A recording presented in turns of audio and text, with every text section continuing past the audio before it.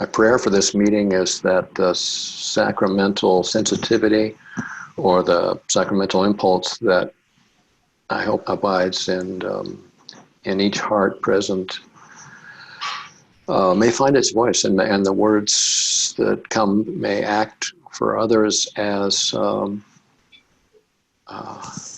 bellows for the spiritual fire that burns at the core of this work. Yeah, may it be so. So I'd like to start, I think, by saying something about, there's a not very well-known Quaker folk singer named Carrie Newcomer, who has a particular song that has one line of which kind of jumped out at me when I first heard it. And the line goes, "Wide-eyed wonder at the world is the only life I've known, wrapped in hope and good intention and bare to the bone." And it's those last 4 or 5 words that caught my attention because it describes quite viscerally the sensitivity that comes with this kind of devotional disposition that I find myself continually enwrapped in. And I find that devotional passion kind of shows itself in an ordinary life in variations of love, actually. If personal love is concentrated universal love, then I would say that love in a certain way is a field which could be described to some degree as impersonal. And this love is like gravity, one of the 4 fundamental forces that are the building blocks of this creation. Gravity, electromagnetism, and then the strong and weak nuclear forces. And gravity is like an attractive force that just is always drawing everything into closer communion. And it's present in all matter, and in that sense, gravity is the eros of matter. And in a similar way, love is the magnetizing field of human interactions, to my mind. And for me, love and grace are similar and actually congruent ideas. They're both fundamental dimensions of the spiritual life. And in the words of a woman named Dr. Serene Jones, who's currently the dean of the Union Theological Seminary, she says, grace, get this right, grace is more original than sin. In other words, grace is more foundational, it's more elemental, it's more intrinsic to life. And it's as if there's an evolutionary current in life that is quietly acting to bring manifest creation into broader and more ultimate expressions. And it's central, actually, I think, to your the unfoldment of your awakening. And for people who have this devotional disposition, the kind of what we call the non-separateness that characterizes the awakened life is not just a kind of generic sense of continuity or connectedness with other things, but it feels, to me at least, like a really profound intimacy that's heaving and thrusting, and there's this interpenetration with all things that pierces your heart and sizzles and burns and produces breathtaking intensities of love and frequent poignant tears. And the way that the world presents itself to someone of this disposition often leaves them feeling kind of flooded and astonished by how intense life can feel to them. I think to some extent, everyone has their own version of this, and some of us have a dumpster full, and some have less, but it's not absent from the awakened life for anyone. Although some people's dispositions are more dispassionate, and some are more impassioned, and I'm on that end. And for the people that live that way, they were just born with a kind of genius for this intensity of interaction with the world that is kind of piercing and quite fervent. And sometimes in one of these deep episodes, you probably feel in the blaze of it, you're like stripped of all of your intelligence and sophistication and competence and agency, and you're just absorbed in the intensity of feeling, right? Mm-hmm. That's why it's totally ineffable. I mean, no words are going to capture quite the fervency of this thing. And times it can present itself just as a sort of blaze of transcendental being that may feel less like broken-hearted hemorrhaging of love than just a sort of huge expansion that is infinitely immeasurable. Mm-hmm. Yeah. And the thing that I wanted to talk about is the fact that as your awakening progresses, what may be an essential part of your soul nature starts to emerge. And I want to encourage those for whom this is true to see what you can do to cooperate with and facilitate that, because that's what happens as this awakening continues to unfold. And I can tell you that anyone who is of this nature, you're probably somewhere on the end of the bell-shaped curve. You're not right in the middle. There's not a whole lot of company here for this. And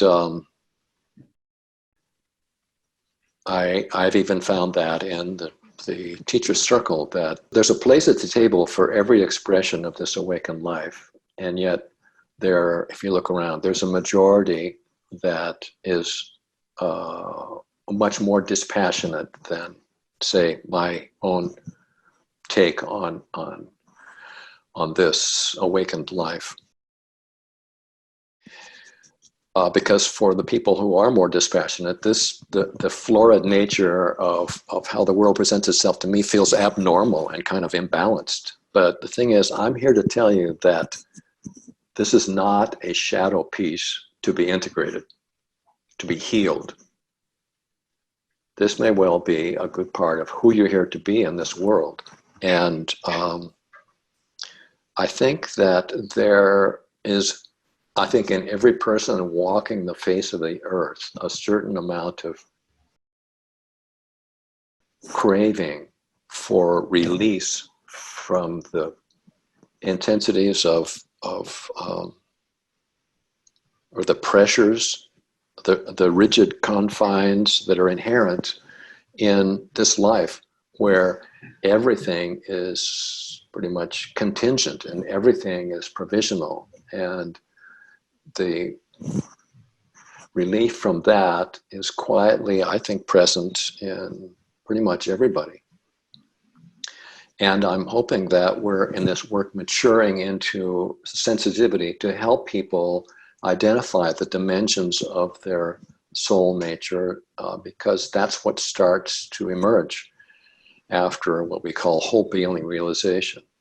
There's what we refer to as a sacred configuration that starts to happen, because under the impact of suddenly recognizing that in a certain fundamental sense you are and have always been entirely free, you are liberated while alive, under the impact of that realization, all of the beliefs, assumptions, presumptions, prejudices, biases,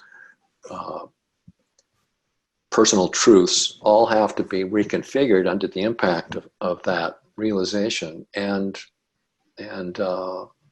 this sacred reconfiguration is where the more archetypal dimensions of your being may start to present themselves in your life. And I'm also here to say that the awakened life in this work, it contains more than just the silent, spacious realization of consciousness.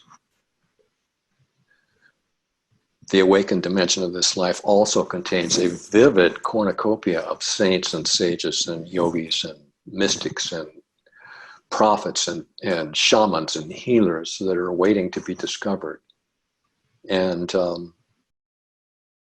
as your awakening process continues, I can say that more and more of your issues get burned away by the increasing radiance that advancing awakening life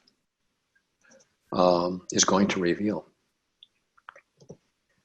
And there's a kind of divinization of your mind, your body, your heart, and your soul.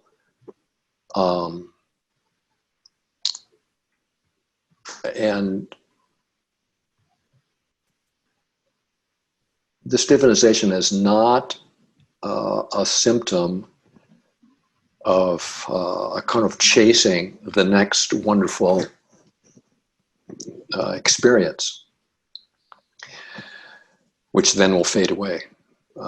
That's not this.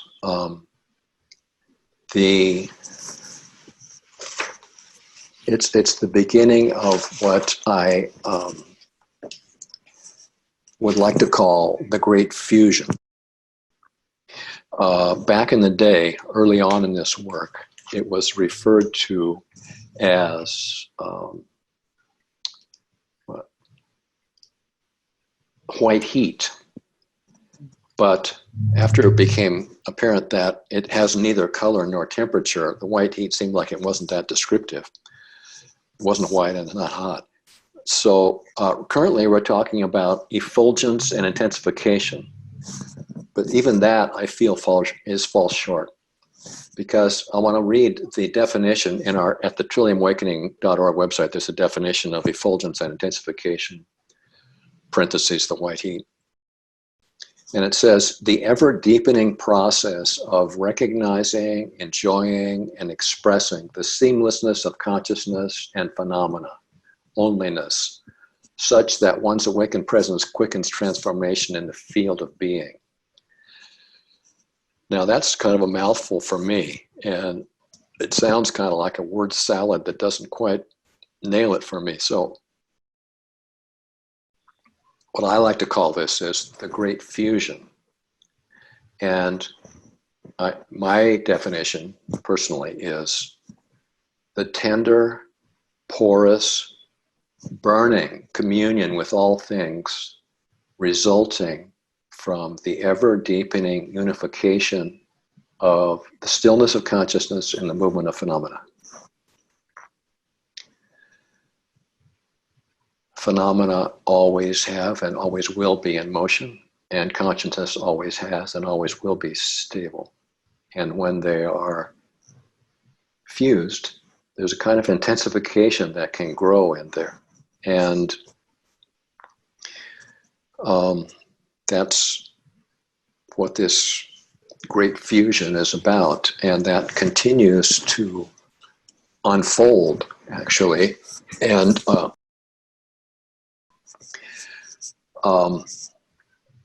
over the years, I've found that, it is years, I would say. This can't be measured in months. It's a long time that this unfolds. It's as this great fusion kind of refines and develops. Now, for someone with this particular disposition, that's quite devotional or quite porous and tender and fervent, the advancing communion of this great fusion becomes at times a kind of ecstatic oblivion or obliterating consummation or something like that. And this is what I meant by ecstatic smithereens. There are times when this great fusion can be both a state and a stage. And the way we define those different words is a state is something that comes and goes. And a stage is something that it always is. A state is a feature of your awakened life, and a stage is a permanent platform in it. And this burning communion can be both a feature and the context, because sometimes it's more apparent and more intense, and sometimes it's less intense, and yet if you check, it never actually is gone. And so the thing is, though, that historically, down through the ages, there has been references to this great oblivion through many spiritual and religious traditions. And this is something that I've observed burns at the heart of all Shaivite tantric processes like this is. In India, it's present in Vajrayana Buddhist traditions. It's certainly present in Sufi traditions, and in certain down through the ages, certain Christian mystics and levitating saints have made reference to this great oblivion, into the absorption into this silent wholeness that's indescribable and is one of the farther reaches of the awakened life, and is present here as well. And now I started off with that quote from Carrie Newcomer, and I would like to end with something from James Baldwin.